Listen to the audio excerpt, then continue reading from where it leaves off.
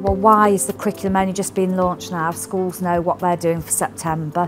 Why is it a January launch?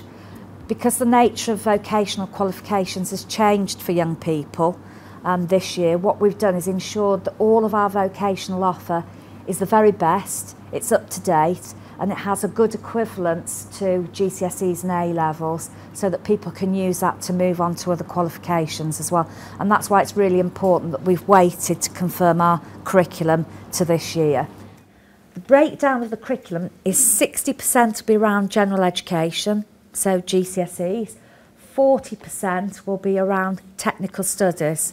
GCSEs, our core will be English, maths, physics, chemistry, German, computer science and geography.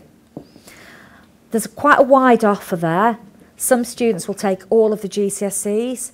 For some of you, you might choose some options there. What will make us different in year 10 is that we'll also have a vocational offer. Performing engineering operations at level 1 or 2, dependent on abilities, and a BTEC first in business studies. If we can move on to year 11, you'll continue with your GCSEs, but we're starting then at year 11, as we get to know you, to develop what we call 3 pathways.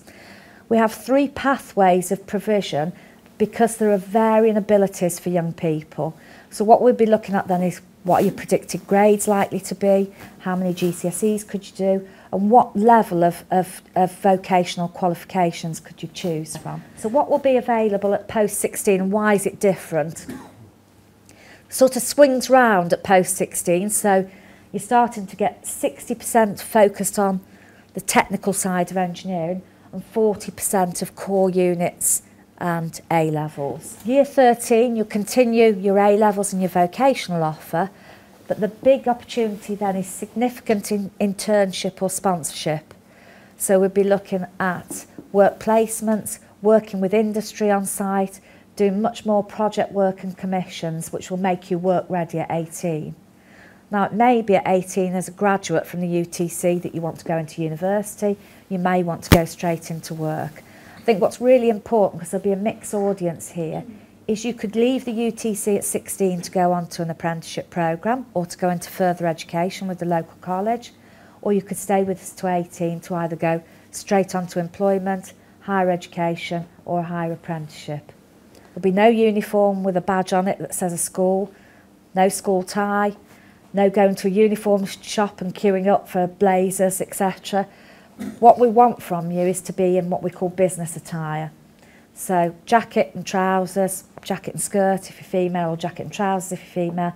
A tie when it's appropriate for business meetings would be expected. So it's very much about bringing the workplace to the UTC. Commissions and projects will be very live. Projects might be something that we do as a competitive nature, that we do internally. Commissions, supported by our partners, will be live things. We are trying to do our qualifications and our experience on a very broad areas of engineering so that people can specialise, whether that's electronics, mechanical engineering, chemical engineering, some civil engineering. So we'll make sure that there's the range of GCSEs, A-levels and vocational work that we can do gives you a broad stepping stone into any of those careers. I know some parents might say, well, actually, if my son or daughter comes to you and then they don't want to do engineering at 16 or they don't want to do engineering at 18, what happens? Well, actually, you can go on to do other things because remember, you've done science, you've done technical studies, you've done maths, you'll have done English. You'll get a broad general qualifications as well as getting your vocational qualifications. So you could change route at 16 or 18. It doesn't keep you all wrapped up in engineering. Or you could go to an engineering company with good engineering qualifications and do something in business and management with a real clear understanding about how engineering works. And that, I have to tell you, as somebody that's been a manager in industry as well, that makes you much more able to manage effectively and for people to know that you know what you're talking about on a practical basis.